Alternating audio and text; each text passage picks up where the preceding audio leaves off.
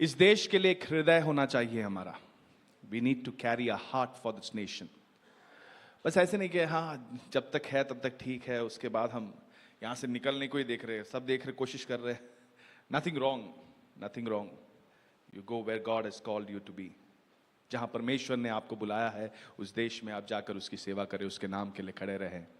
लेकिन अगर अभी आप इस देश में हो और आपके लिए परमेश्वर ने एक रास्ता इस देश के लिए, एक बुलावट आपकी इस देश के लिए है, then cry out for this nation, cry out for this nation. इस देश के लिए आपको आंसू बहाना है, इस देश के लिए मध्यस्थी में खड़े रहना है।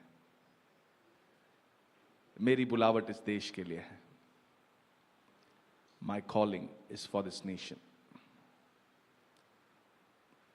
परमेश्वर ने वचन में लिखा है कि जिस देश में उसने आपको ठहराया है उस देश की शांति के लिए आपको प्रार्थना करना है। We need to pray for the peace of this nation.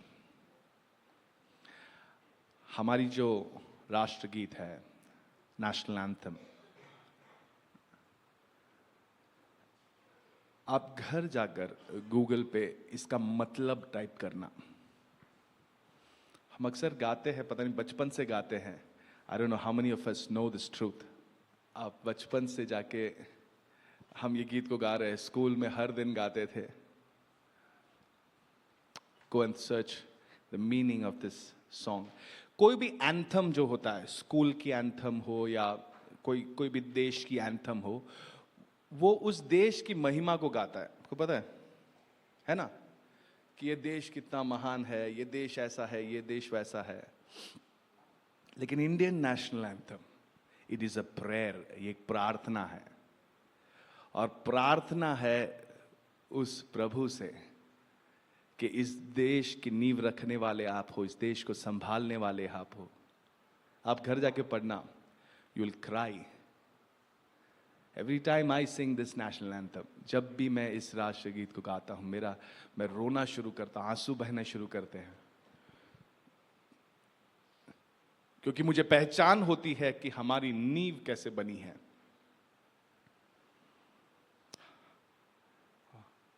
और मैं धन्यवाद देता हूं उस प्रभु को जिसने हमें इस देश में ठहराया है। whichever nation God has called you, जिस किसी देश में परमेश्वर ने आपको बुलाया है, you serve God in that, अपने पूरे दिल से। लेकिन अब हम यहां पर है, मैं यहां पर हूं, मुझे परमेश्वर की उस सेवा करनी है, या उस परमेश्वर के मध्यस्थी मुझे खड़े रहना है। ओह गॉड। दूसरी कोरिन्थियों की पत्री 10वां अध्याय 4 और 5, 2 Corinthians chapter 10 verse 4 and 5. For the weapons of our warfare are not carnal, but mighty in God for pulling down strongholds, casting down arguments and every high thing that exalts itself against the knowledge of God, bringing every thought into captivity to the obedience of Christ.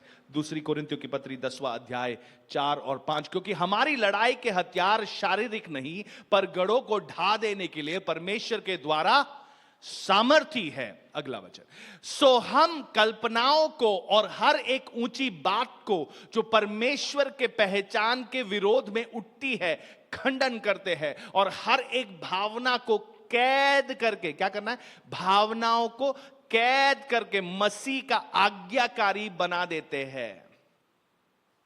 इस 5th verse को हम एक और बार साथ में पढ़ेंगे, सब ऊंची आवाज में पढ़ना। Okay everybody here, come on let us read it together. So हम कल्पनाओं को और हर एक ऊंची बात को जो परमेश्वर के पहचान के विरोध में उठती है खंडन करते हैं, और हर एक भावना को कैद करके मसीह का आज्ञाकारी बना देते हैं। आपका मन जो है ना, योर माइंड, दुनिया में जितने भी युद्ध लड़ाई होती है, सबसे ज्यादा लड़ाई आपके मन के लिए होती है।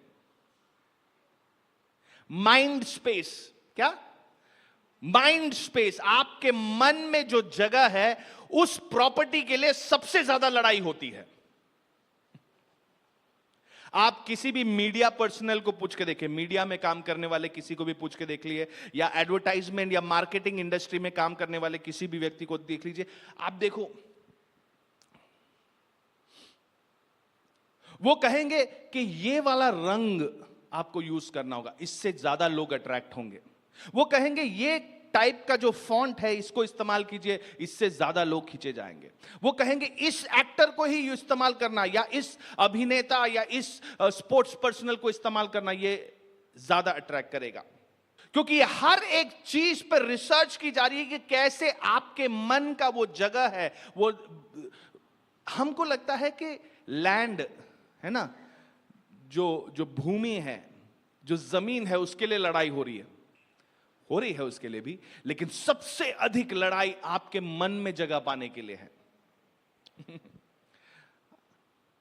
जब मैं कहूं आपका मन, तो ये जो 5वें वचन में लिखा है ना, कल्पनाएं, ऊंची बातें,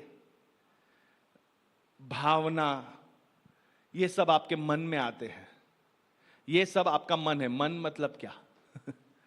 आपकी कल्पनाएं, आपके सोच विचार, आपके आपके इमेजिनेशंस, इसी को कैप्चर करने के लिए सबसे ज्यादा लड़ाई होती है। आप जानते हो, एक साधारण तौर पर एक मनुष्य के जीवन में प्रतिदिन 6,000 से 70,000 अलग अलग सोच आते हैं। आप देखिए, पहले की फिल्म जो होती थी वो 3-3.5 घंटे के होते थे। हेलो, अब मूवी वो कम होके 2-2.5 घंटे का मूवी बन गया है। अब कम होके मूवीज आधे घंटे के रूप में आ गया है। पूरी मूवी हम अलग अलग सीजन्स में देख रहे हैं। अब वो कम होके 1 मिनट का ही आ गया है। 1 मिनट सहन नहीं हो रहा है। क्या हो रहा है? वो 1 मिनट के बाद दूसरा कुछ आपके मन को कैप्चर कर रहा है, वो 1 मिनट के बाद दूसरा कुछ आपके मन को कैप्चर कर रहा है। जो पहले 3 घंटे चलते थे, अब 6 घंटे चल रहे, 1-1 मिनट के हिसाब से। और आपका मन उसका दास बन गया है, कुछ और कर ही नहीं पा रहे। सुबह उठ रहे, पहले शरीर में चार्ज हो कि नहीं, मोबाइल में चार्ज होना चाहिए। कहीं जाए बाहर, पैसा है कि नहीं पूछ रहे, मोबाइल लिया कि नहीं।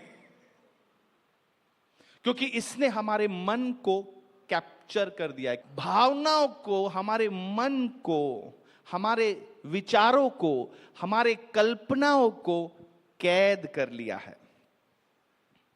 एक बात समझिए,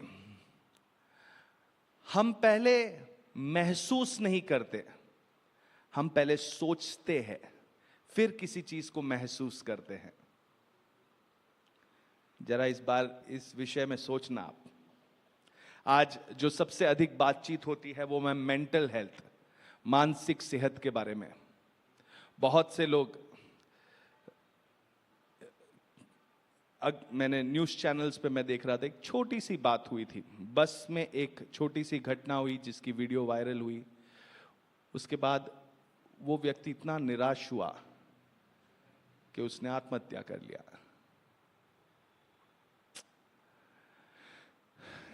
अपने जान को खोना, इस जान की कीमत कितना अधिक है। किसी को, एक व्यक्ति से पूछते हुए मैंने सुना, अगर मैं तुम्हें 1,000 करोड़ रुपए दे दूं, क्या तुम खुश होंगे? बोला, बहुत खुश होऊंगा, बहुत खुश होऊंगा। क्या तुम मुझे धन्यवाद कहोगे? अरे अरे, गले लगाकर धन्यवाद, अरे जो कुछ तुम कहोगे मैं कर। 1,000 करोड़ मिल रहे हैं। और फिर उसने पूछा, अगर मैं कहूं कि 1,000 करोड़ तो दूंगा, लेकिन कल सुबह तक ही आपको होगा, कल सुबह तुम जिंदा नहीं उठोगे, यह तुम्हारा आखिरी दिन होगा, तो क्या मैं तुम्हें 1,000 करोड़ दूं? तो उसने कहा, बिल्कुल भी नहीं, बिल्कुल भी नहीं। तो उसने कहा कि अब तुम समझ जाना, तुम्हारे हर एक दिन का मूल्य 1,000 करोड़ से भी ज्यादा है। हेलो, ये बाइबल में लिखी हुई बातें नहीं है, लेकिन मुझे लगा कि व्यक्ति ज्ञानी है, कि आपकी जिंदगी का जो मूल्य है वो बहुत अधिक है। इसीलिए मुझे लगता है कि यीशु ने स्वर्ग का सिंहासन को भी छोड़कर, क्योंकि वो हमारे मूल्य को, वो हमसे इतना प्रेम करता है, इस मूल्य को जानता है। आपको मालूम है, कुछ लोग शरीर से दुर्बल होते हैं या हैंडीकैप होते हैं, उससे बढ़कर हैंडीकैप है अगर मानसिक तौर पर कोई हैंडीकैप है। देखिए, आप निक करके एक व्यक्ति को जानते हो? निक उसके हाथ पैर नहीं है, वो जब जन्मा था हाथ पैर नहीं थे उसके, सिर्फ शरीर और सिर है। उस व्यक्ति ने इस दुनिया में इतने बड़े बड़े काम किए। वो एक मोटिवेशनल स्पीकर है, उसका विवाह हुआ, उसके बच्चे हुए। Come on, he is living a successful life. उसका अर्थ क्या है? शारीरिक दुर्बलताओं से उठकर भरकर आप बहुत कुछ कर सकते हो, लेकिन अगर मानसिक तौर पर अगर आप हैंडीकैप्ड हो, तनाव में हो, तो सबसे बड़ा योद्धा भी वहां कमजोर पड़ जाएगा। कई बार मैं रास्ते पे चलता हूं, मैं और जनी हम साथ में जाते हैं, तो बोलता अरे कोई टेंशन नहीं, कोई बदतमीजी नहीं करेगा, हाँ कोई कितना भी बड़ा होता है देख लेंगे हम उसको सर। लेकिन मान लो कोई बेवड़ा मिल गया, मैं बोलता चल साइड से चल, क्योंकि ये सीधे मन से नहीं सोच पा रहा है। वो बूढ़ा होगा, कमजोर होगा, लेकिन वो उसका मन सीधा नहीं है। Why? Because his mind is not stable. आपका मन बहुत इंपॉर्टेंट है। साथ जो बैठे उनको बोलो आपका मन बहुत इंपॉर्टेंट है। तीसरा यूहन्ना 2 वचन, Beloved, I pray that you may prosper in all things and be in health just as your soul prospers. हे प्रिय, मेरी यह प्रार्थना है कि जैसे तू आत्मिक उन्नति कर रहा है, वैसे तू सब बातों में उन्नति करे और भला चंगा रहे। मतलब आपकी प्राण की उन्नति, आपकी आत्मिक उन्नति, यह आपके शरीर से डिपेंडेंट है। शरीर में आप चाहते हो उन्नति पाए, तो आपका प्राण का, आपका मन का उन्नति होना बहुत जरूरी है। रोमियो की पत्री 12वां अध्याय 2 वचन, and do not be conformed to this world but be transformed by the renewing of your mind that you may prove what is good and acceptable and perfect will of God. और इस संसार के सदस्य न बनो, परंतु तुम्हारी बुद्धि के नए हो जाने से तुम्हारा चाल चलन भी बदलता जाए, जिससे तुम परमेश्वर की भली बाती और भावती और सिद्ध इच्छा अनुभव से मालूम करते रहो। अगर परिवर्तन आप चाहते हो अपने जिंदगी में, देन मन को बदलना पहला जरूरी है। पहले परिस्थितियां नहीं बदलती है, पहले हम कई बार क्या करने की कोशिश कर रहे हैं? अपने परिस्थिति को पहले बदलने की कोशिश करते हैं, उस व्यक्ति को बदलने की कोशिश करते हैं जो हमारे साथ है। तुझे बदलना जरूरी है। मेरी ये परिस्थिति बदल जाए ना, तो पता नहीं मैं क्या क्या कर लूंगा। पहले आपकी परिस्थिति नहीं, पहले आपके मन को बदलना है। बोले मेरे मन को बदलना है, मेरे मन को बदलना है। कई प्रकार के मन के बारे में इस बाइबल में लिखा है। हां, हम जरा पढ़ेंगे लूका का सुसमाचार 12वां अध्याय 29वां वचन। लूक चैप्टर 12 वर्स 29, लूका 12:29, and do not seek what you should eat और what you should drink, nor have an anxious mind. और तुम इस बात की खोज में न रहो कि क्या खाओगे और क्या पियोगे, और न संदेह करो। अंग्रेजी में लिखा है not have an anxious mind. बोलो एंग्शियस माइंड। एंग्शियस माइंड क्या? वो मन जो निरंतर व्याकुल रहता है। एक चिंता का विचार नहीं कह रहा हूं। देखो, अगर हम लेट हो गए घर से निकलने में और हमें कहीं पे पहुंचना है, तो हम सोचते ना कि गाड़ी टाइम पे मिल जाए। वो उस समय का विचार है। वहां पहुंच जाने के बाद आप सोचोगे इसके बारे में? नहीं। टेम्पररी जो विचार है, एक चिंता है, एक व्याकुलता है, दैट्स डिफरेंट। एंग्शियस माइंड, व्याकुल मन का मतलब है कि वो आपका कांस्टेंट है। आप निरंतर उसी स्टेट में रहते हो। निरंतर सुबह उठते ही चिंताओं से ही आपके दिन शुरुआत हो रही है, चिंताओं से ही आप सोने जा रहे हो। निरंतर आपका मन व्याकुलता से ही भरते जा रहा है, एक के बाद एक, एक के बाद एक, एक के बाद एक। आप सोचते ही चिंता करते करते करते आपकी जीवन बदल रही है। ये चिंता, ये व्याकुलता की जो सोच विचार है, ये अगर निरंतर बन जाती है ना, तो एक माइंडसेट बन जाती है, वो एक मनस्थिति बन जाती है। कुछ लोगों को आपने देखा होगा, उनके साथ 5 मिनट बात कर लो, आप भी डिप्रेशन में चले जाओगे, आप निराशा में चले जाओगे। आपके जीवन में कुछ भी खराब नहीं है, आप बड़े खुश आए थे, आपने सोचा था कि आज मैं KFC जाऊंगा और मजे से खाऊंगा, लेकिन 5 मिनट इनसे बात कर लो, आप खुद निराशा में डूब जाओगे। अब आप सोच रहे हो ये जिंदगी का अर्थ ही क्या है?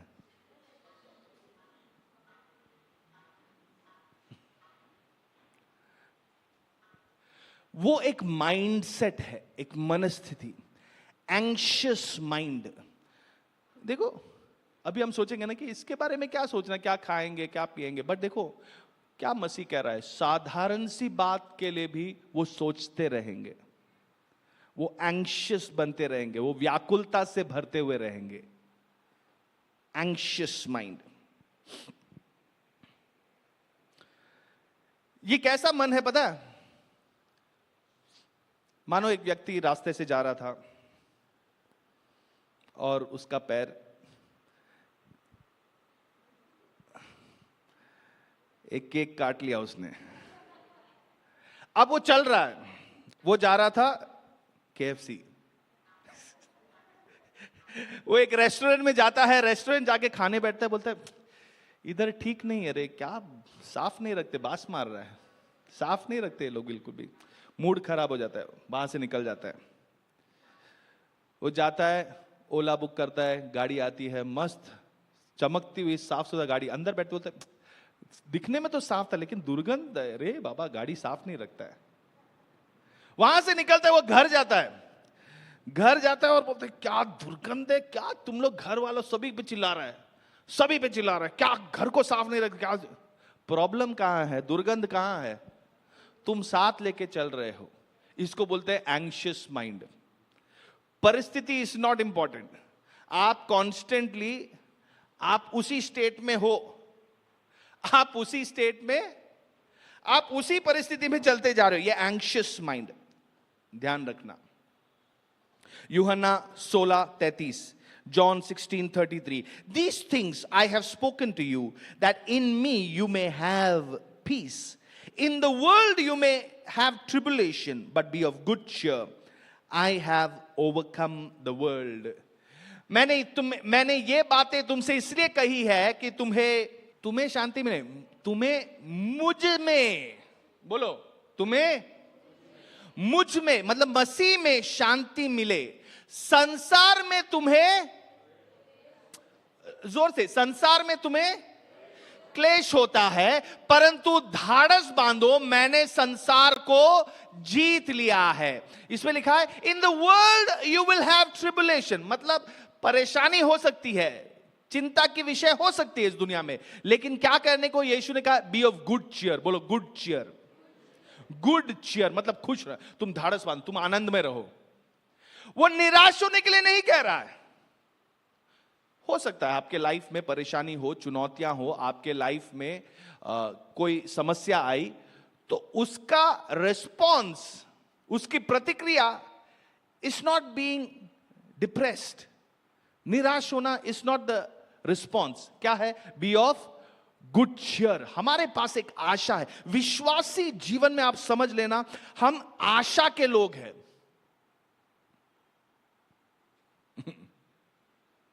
हम आशा के लोग हैं, हम विश्वास के लोग हैं, हम धाड़स के लोग हैं।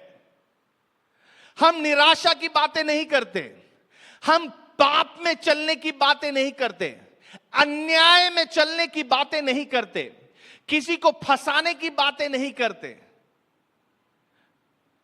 कम ऑन, हम विश्वासी हैं। जब हम कह रहे हैं हम विश्वासी हैं, मुझे याद है मैं एक व्यक्ति को जानता था जो जादू टोना करता था। एक बार मैं रास्ते से चल रहा था, मैं प्रार्थना कर रहा था, वो व्यक्ति मैंने बोला हाय हाय हाय, और वो मुझसे कह रहा हम दोनों तो विश्वासी हैं, हमें हमें मालूम है ताकत क्या होती है। मैंने बोला ये क्या बोल के क्या है। फिर मैं सोचने लगा वो भी विश्वासी है, वो उन बातों में विश्वास करता है, मैंने यीशु पे विश्वास किया है। तो हमारा विश्वास क्या है ये मालूम होना जरूरी है। हमारा विश्वास क्या है ये मालूम होना। Your faith is a faith that is filled with wisdom, knowledge, understanding, courage. आपका विश्वास ऐसा विश्वास है जो ज्ञान से, समझ से, बुद्धि से, धाड़स से भरा हुआ है। It does not grow weak, it grows from strength to strength. वो कमजोर नहीं गिरता है। चुनौती के सामने वो हाथ जोड़कर गिड़गिड़ाना नहीं करता है, वो और बल प्राप्त करता है, चुनौती से नहीं डरता है। It grows from strength to strength. Anxious mind. दूसरा, रोमियो की पत्री 8वां अध्याय 6वां वचन। ओहो, Romans chapter 8 verse 6, it says, for to be carnally minded is death, but to be spiritually minded is life and peace. शरीर पर मन लगाना तो मृत्यु है, पर आत्मा पर मन लगाना जीवन और शांति है। carnally minded, carnal mind मतलब आपका मन कैसा है, शरीर पे बना है। मतलब क्या, शरीर की लालसाओं से भरा हुआ है। उसका अर्थ क्या है? उसका अर्थ यह नहीं है कि आपने अपने शरीर का ध्यान नहीं रखा। मतलब शरीर की जो इच्छाएं हैं ये कोई पाप नहीं है, है ना, लेकिन फोकस चूक गया है। क्या है? आपने कभी वो तीर चलाए हैं या बंदूक से निशाना लगाया? उसमें आपने देखा है वो सर्कल होते हैं, लाल कलर का, येलो कलर का, ग्रीन कलर का, ऐसे सर्कल्स रहते हैं। आपको निशान लाल पे लगाना है, राइट? आप बाण को खींचते हो, एकदम पट पट पट पट खींचते हो, लेकिन हमारा हाथ ऐसे ऊपर नीचे जा रहा है और हम चूक जाते हैं। सेंटर पे लगता ही नहीं जहां पे निशान लगा रहे हैं। क्यों? ऐसा नहीं कि आप गलत थे, आपका निशाना चूका है। तो ये जो लोग हैं, ये जो मन है, ये पापी हम नहीं बोल सकते, इनका निशाना सिर्फ चूक रहा है।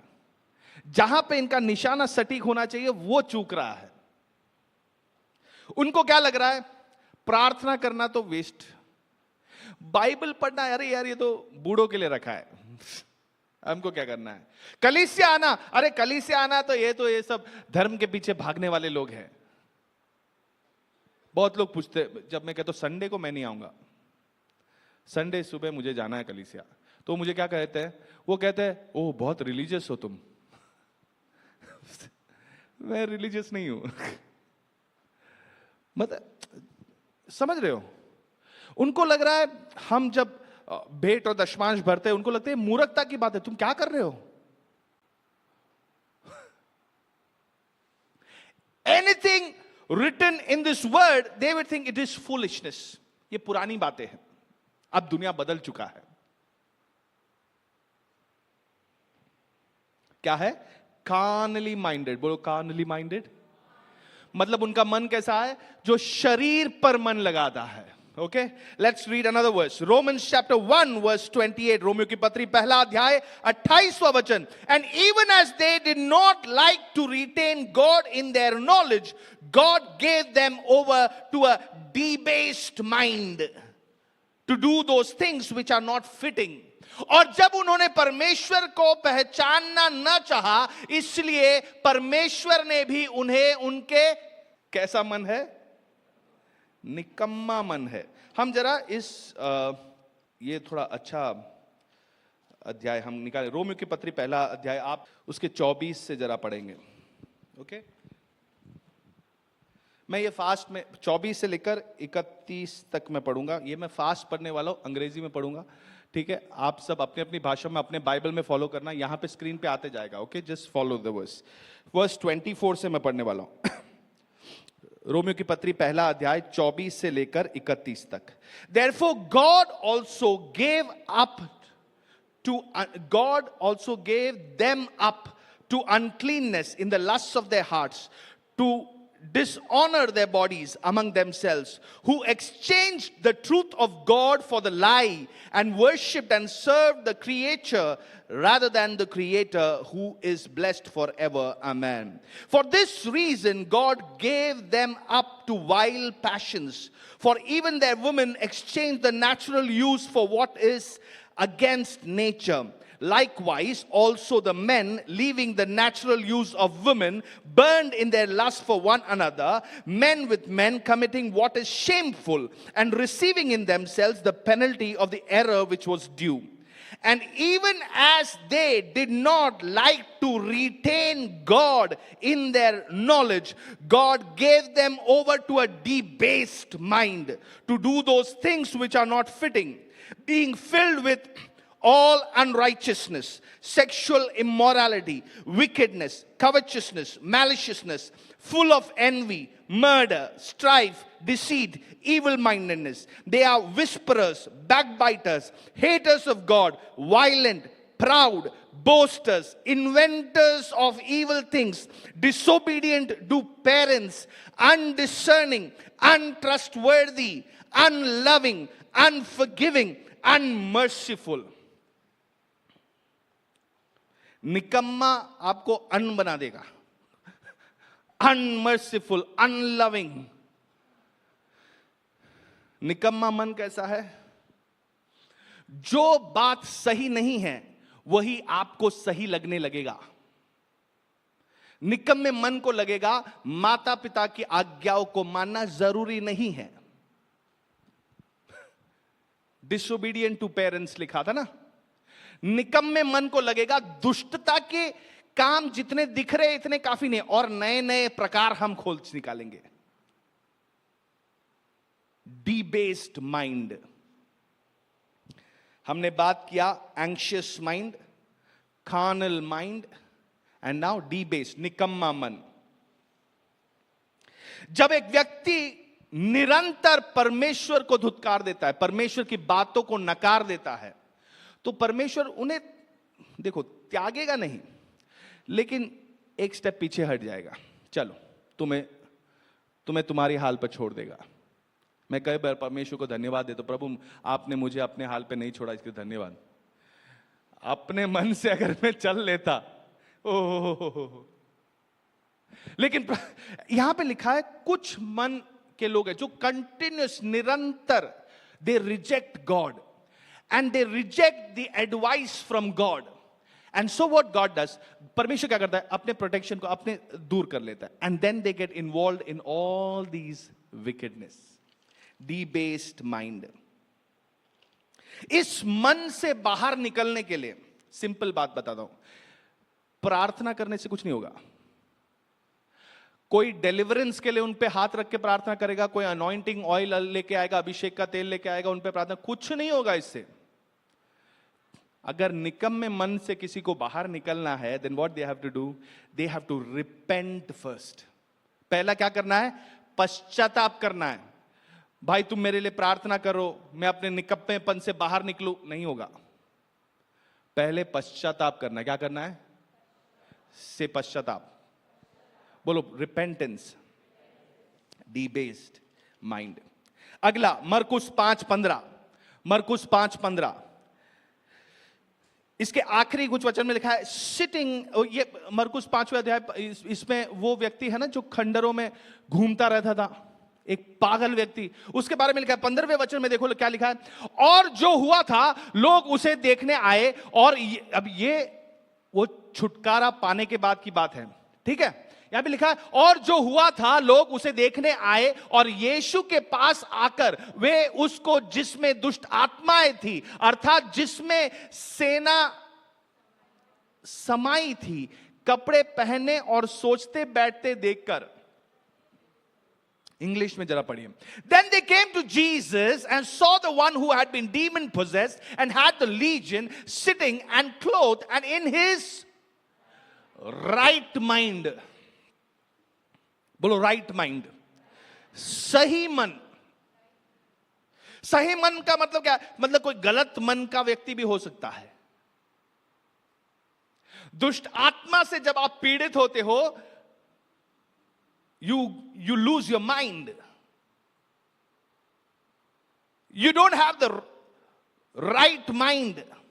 देखो, बंदा क्या कर रहा है? बैठा है, वस्त्र पहने बैठा है। सिंपल बात है। अब वो सही मन के हो। अगर आपके सामने कोई बैठे हैं, आपके साथ कोई बैठा है, ठीक ठाक उसने कपड़े पहन के बैठा है, तो उनको देखकर आप बोलो तुम सही मन के हो। परमेश्वर चाहता है कि हम सही मन के हो। हम परमेश्वर के आत्मा से भरे हुए लोग हैं, हम सही मन के लोग हैं। We sometimes possible that we lose our track, but we come back because the Holy Spirit pulls us back with His conviction. God pulls us back with His love. पर पवित्र आत्मा हमारे हृदय को मना लेता है कि नहीं तू गलत है, तू आजा। परमेश्वर का प्रेम हमें खींच लेता है कि नहीं आजा आजा। राइट माइंड, बोलो राइट माइंड।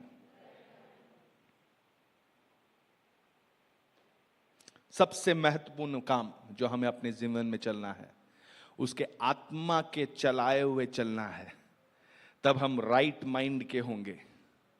कैसे? हाँ, देखो कई बार दोस्तों के बीच में ऐसा हो जाता है, या माता पिता बच्चों को पूछते थे, कुछ गलत हरकत हो जाती है तो क्या पूछते हैं?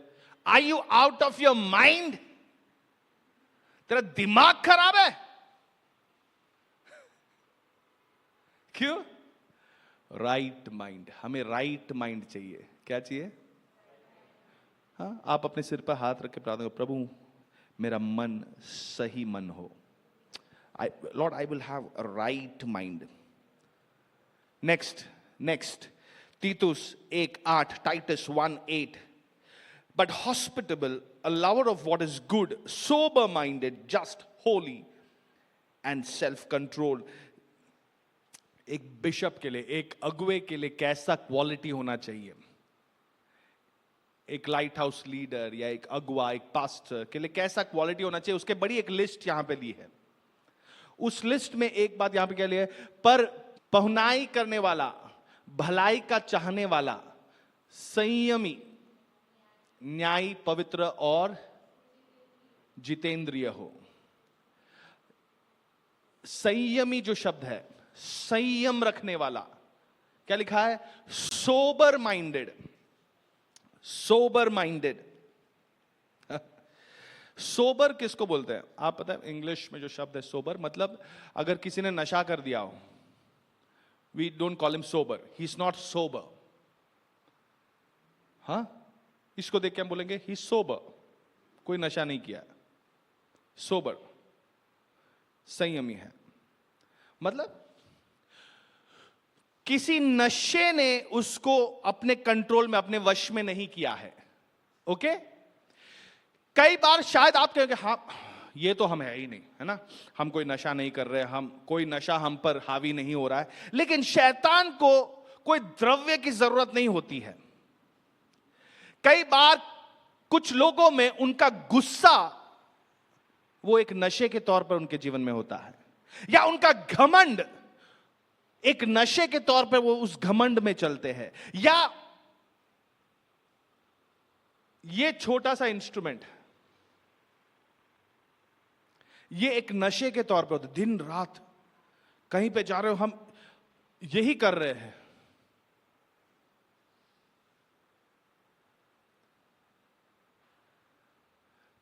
पहले मतलब पहले इन द सेंस मेरे करियर की शुरुआती दिनों में बहुत लोगों को गर्दन की तकलीफ होती थी। ठीक है, गर्दन की तकलीफ क्यों? क्यों कंप्यूटर में बैठते थे तो गर्दन में तकलीफ होती है।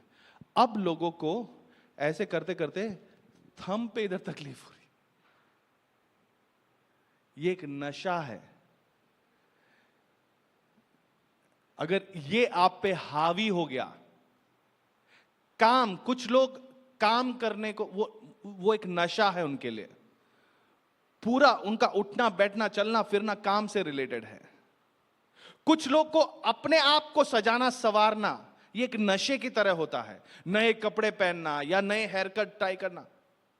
क्या ये गलत है? तुमको सही लग रहा है तुम करो, लेकिन इस हालत में आप सही बातें सोच नहीं पाओगे, क्योंकि आपका फुल फोकस कहां पे है? इस हालत में है। आपने नशेड़ियों को देखा है, वो कई बार रास्ते से चलते तो उनको क्या लगता है, मैं ही राजा हूं, मैं जब चलूंगा सब गाड़ी रुकनी चाहिए। हाँ, वो आके किसी से भी भिड़ जाते हैं, वो देखते नहीं है सामने कौन खड़ा है। क्यों भिड़ जाते हैं? उनको लगता है सबसे ताकतवर तो मैं ही हूं,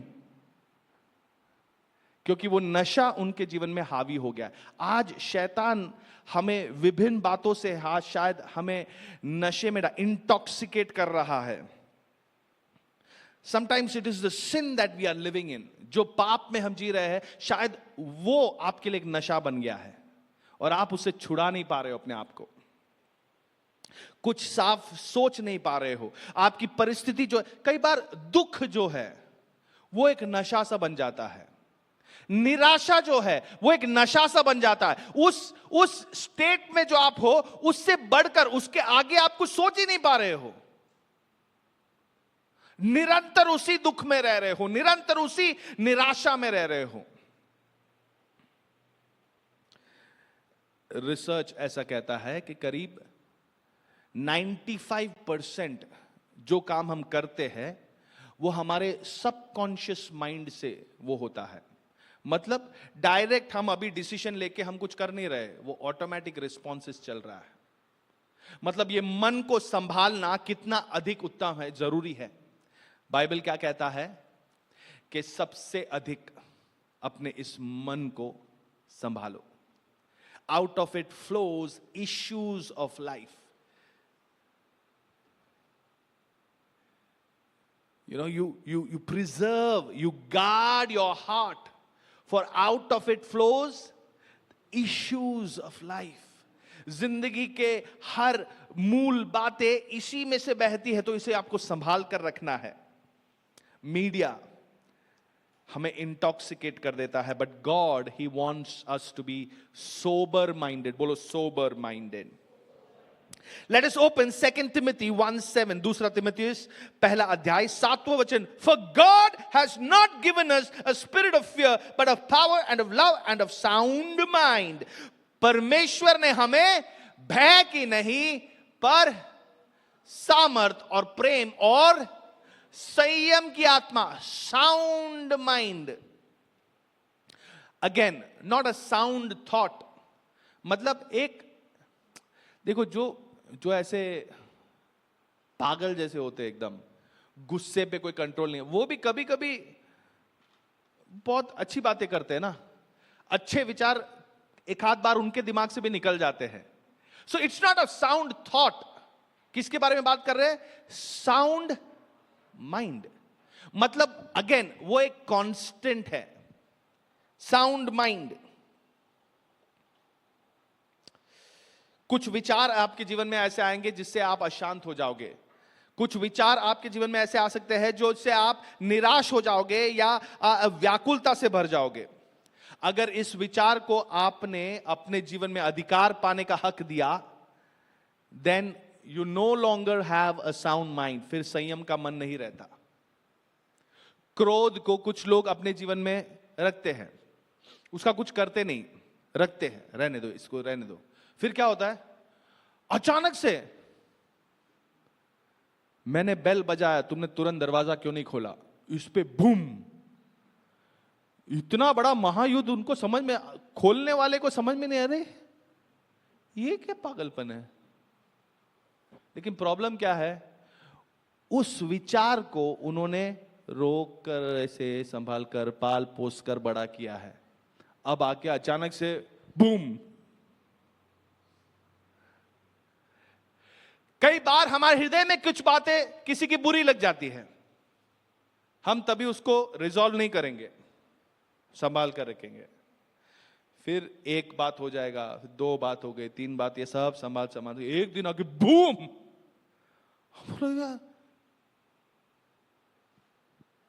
मैंने तो सिर्फ जोर से छींका था, तुम्हें डिस्टर्ब हुआ तो सॉरी, इतना क्यों भड़क रहे हो?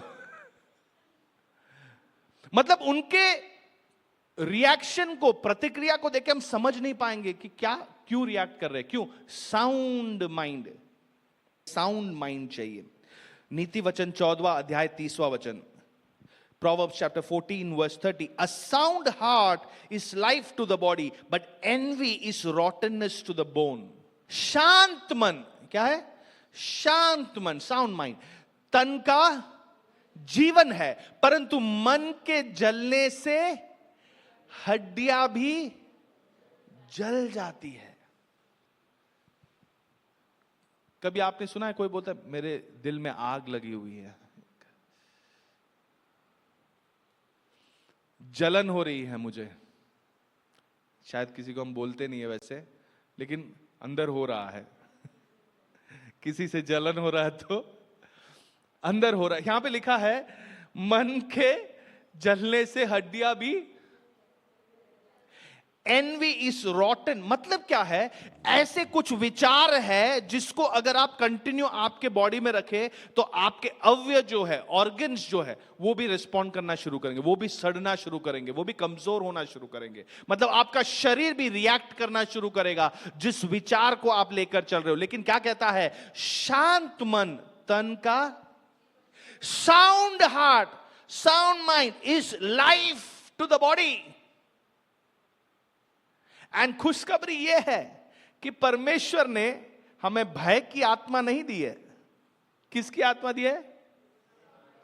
प्रेम, संयम, सामर्थ, शांत मन का परमेश्वर ने हमें दिया है। हमारा सेटिंग क्या है? शांत मन। Sound heart is life to the body. हम अच्छा खाने की कोशिश करते हैं, अच्छी कसरत करने की कोशिश करते हैं, अच्छे से विश्राम करने, फिर भी कुछ ठीक नहीं हो रहा। क्यों? शांत मन की जरूरत है।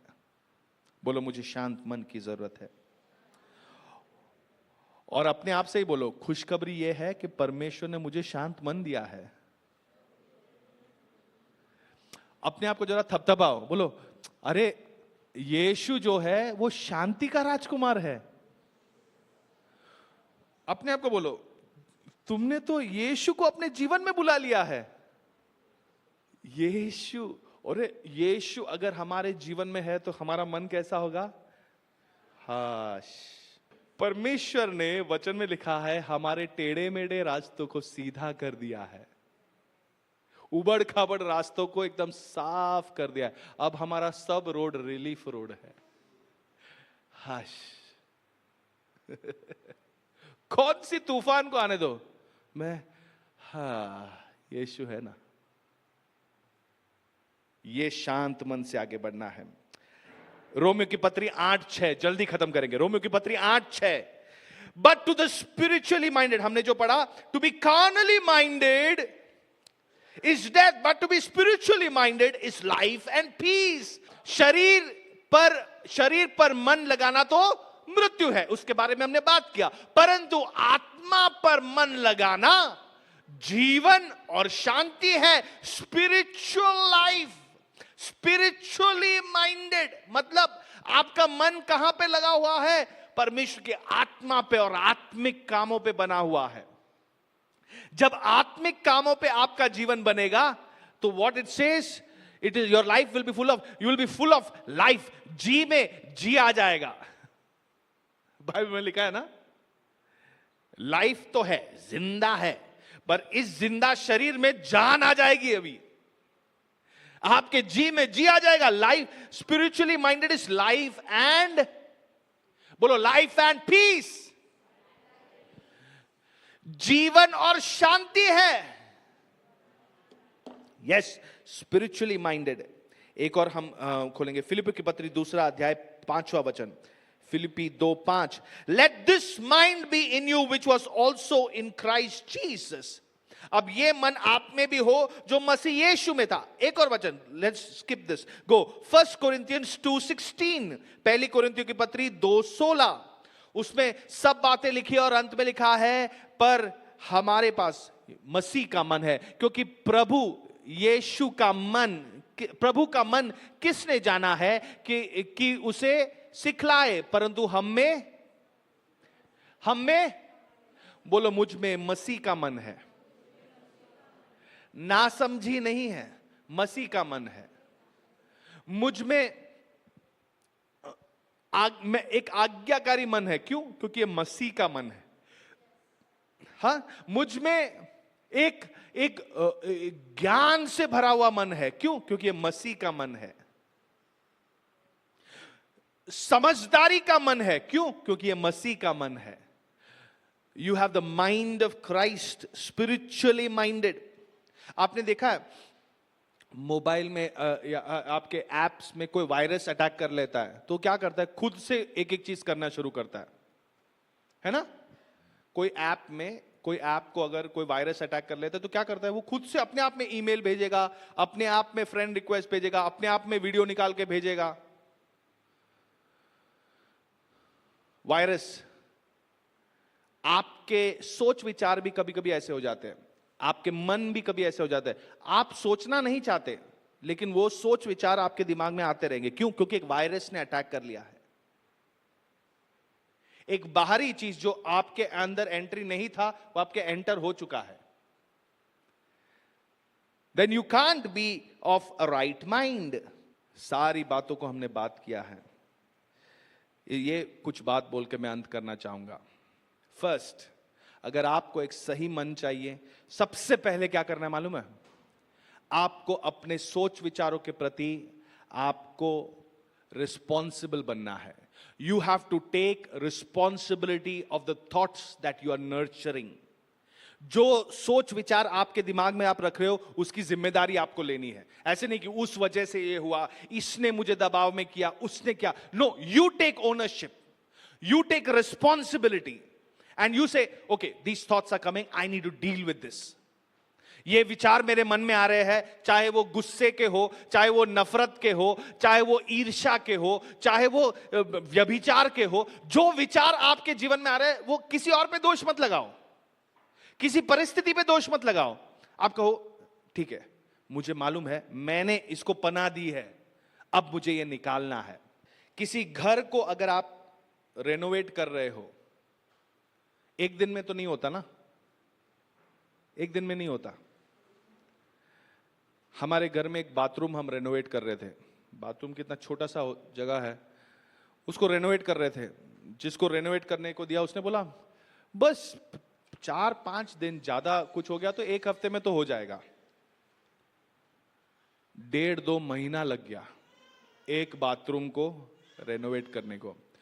कुछ चीजों को रेनोवेट करने को थोड़ा टाइम लगता है, तो जिम्मेदारी से काम ले, वो एक दिन में नहीं बदलेगा। आपका मन को अगर आप रेनोवेट कर रहे हो, it will not happen in one day. ऐसा मत सोचना हाँ इन्होंने आके प्रार्थना किया, मुझे उस दिन बहुत पावरफुली परमेश्वर ने टच किया, मुझे एकदम मेरे रोंगटे खड़े हो गए, अब तो मेरा मन बदल गया। नहीं बदलेगा वैसे।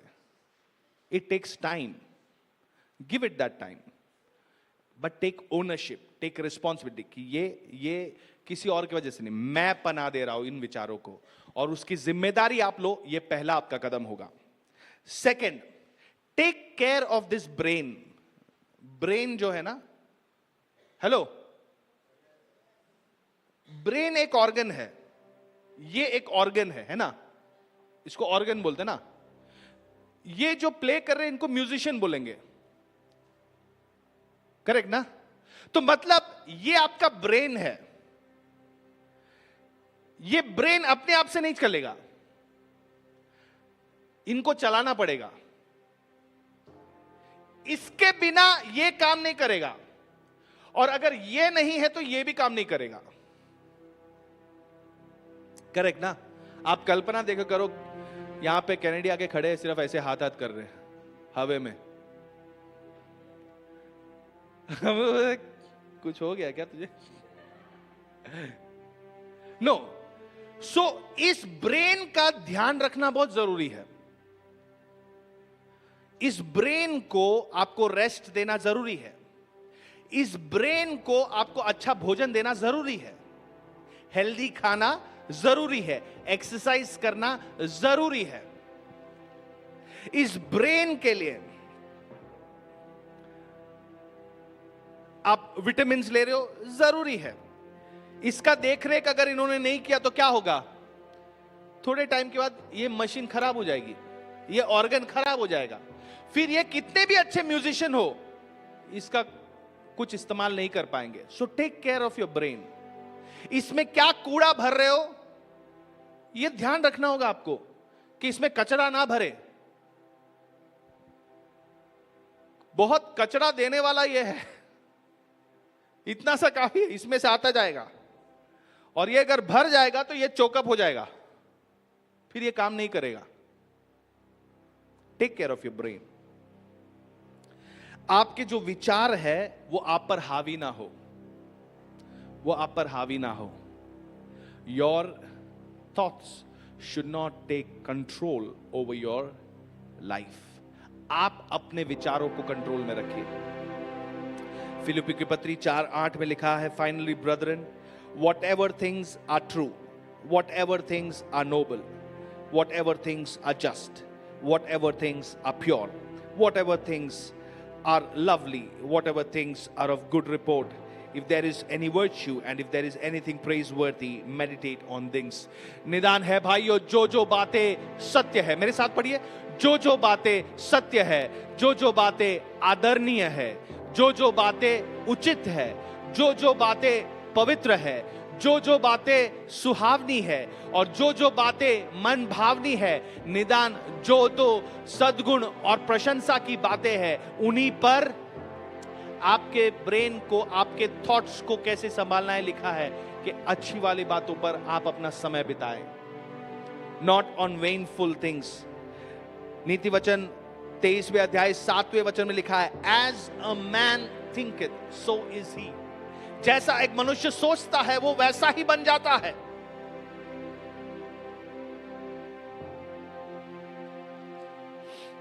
आखिरी इस वचन को हम पढ़कर खत्म करेंगे।